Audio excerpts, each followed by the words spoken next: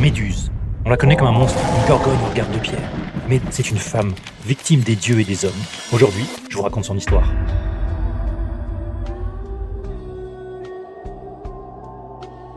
On raconte qu'avant d'être un monstre, Méduse était belle. Une prêtresse d'Athéna aux cheveux si lumineux qu'ils semblaient tissés d'or. Elle avait voué sa vie à la déesse dans le silence des temps, à l'abri des regards. Mais cette beauté attira la convoitise de Poséidon.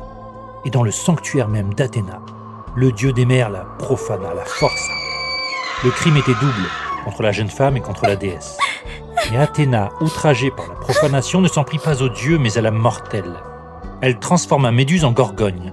Ses magnifiques cheveux devinrent une nuée de serpents sifflants. Sa peau se grisa comme la pierre et son regard, un piège mortel capable de pétrifier quiconque osait croiser ses yeux. Méduse brisée fut bannie. Elle erra longtemps avant de rejoindre ses sœurs, Sténo et Euryale, des créatures immortelles que les hommes craignaient depuis des âges anciens. Elle vivait au bout du monde, dans une île battue par les vents, entourée de falaises et de rivages déchirés. C'est là que Méduse devint légende, la plus redoutée des gorgones. Des guerriers intrépides, en quête de gloire, vinrent défier le monstre. Aucun ne revint. Le simple écho de son nom suffisait à glacer le sang. Mais un jour, le roi Polydecte ordonna à Persée de lui rapporter sa tête. Un ordre donné pour l'envoyer à la mort. Pourtant, les dieux se rangèrent aux côtés du héros. Athéna lui donna un bouclier poli comme un miroir, Hermès une épée tranchante et des sandales ailées, Hadès un casque d'invisibilité. Ainsi équipé, Persée traversa mers et ténèbres jusqu'au repère des gorgones. Il les trouva endormis au milieu d'ossements et de statues humaines, dernière victime de Méduse.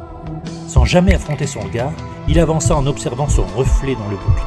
Puis d'un seul geste, il trancha la tête de la gorgone. De son sang jaillirent deux êtres, le cheval ailé Pégase et le géant Chrysaor, des enfants nés d'un dieu et d'un monstre.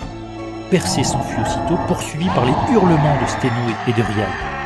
La tête de Méduse, pourtant morte, conservait son pouvoir. Persée s'en servit pour terrasser ses ennemis avant de l'offrir à Athéna. La déesse la fixa sur son égide, son bouclier, faisant de Méduse non plus seulement un monstre, mais un symbole protecteur. Ainsi s'achève l'histoire de la gorgone. Une femme brisée par les dieux, rejetée des hommes, et dont le visage, même dans la mort, inspire encore la terreur.